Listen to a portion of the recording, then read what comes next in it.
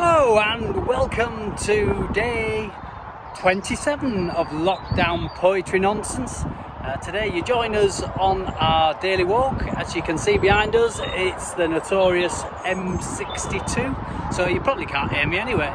But anyway, today we've got two poems. The first one about a mysterious thing that was connected to the wall that used to make calls on the telephone, and secondly a story about a horse ride I had where I nearly died. So without further ado, let's hear about the telephone. This one's called Remember Me. Hey, remember me? I used to be loved. I was the focal point of every family. I used to sit proud alone on a table in the hall.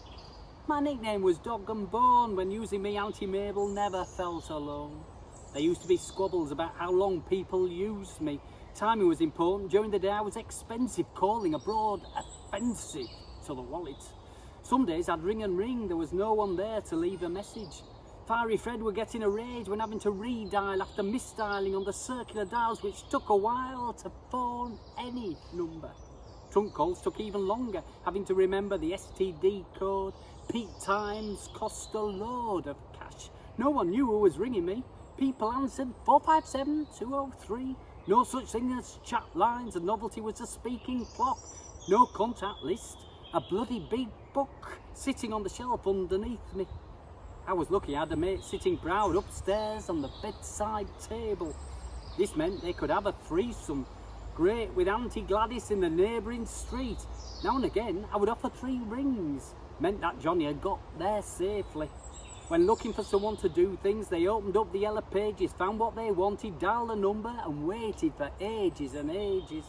Now, I never felt that I truly belonged. You see, that I was rented. At any minute I could be gone, especially when the mobile was invented. This poem is called Horsetail, and it's about a time when I was in Durham with my mate, and it was nearly my last day on the back of a horse. I take it you've ridden a horse before? Of course, I said, slightly exaggerating the truth. I had a lesson earlier in my youth, but never got as far as a canter. But hey, oh, just a little banter. What can go wrong? Just have to sit there, looking cool with wind wafting in the hair. So here we were, in the wilds of Durham, miles and miles from anyone. She handed me the reins, blood now starting to rush through me veins. With one foot in the stirrup, I gingerly clambered right up. Fortunately, facing the front, starting to think this was a silly stunt. Any road, I gave me horse a little nudge. And first of all, it didn't budge. "Don't worry," she cried as she whacked its backside. "He always needs a little help." I set off fast, I gave a yelp. It skipped the canter bit, full gallop, shit. Clinging on with my might, my legs vice-like, oh so tight. It turned a corner, forgot to signal. I could hear my mate in the distance start to giggle. Another bump and out the stirrups were my feet, slipping out the saddle was my seat. Another bump and onto its neck, clinging on for life. Bloody heck. Another bump, I started to worry. Only coming up was a bloody quarry. Heading straight like an arrow for the fence, nothing could I do in my defence. Another bump and it turned right, missed the fence just. What a fright. Another bump, I lost my grip around its neck, I started to slip. The horse now clearly thought I was a numpty. As we hit more ground, that was even more bumpy. By now I'd slipped right round its neck, you see, riding the horse like a monkey hanging in a tree. My fate was sealed when we hit another bump. Down I fell between its legs, thump. Up like a flash, pumped up on adrenaline. My first thought was to catch the bloody thing. So off I chased the runaway horse round a farmhouse. No chance, of course. It looked like a chase scene from Benny Hill.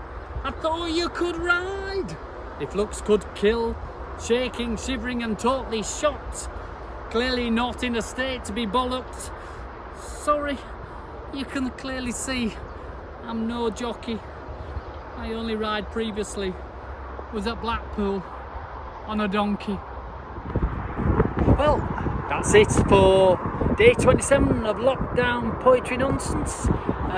Hope you've enjoyed our little walk out here in Huddersfield. That little hill you can see behind us is the Round Hill, which is next to a pub that me and my mates used to go to.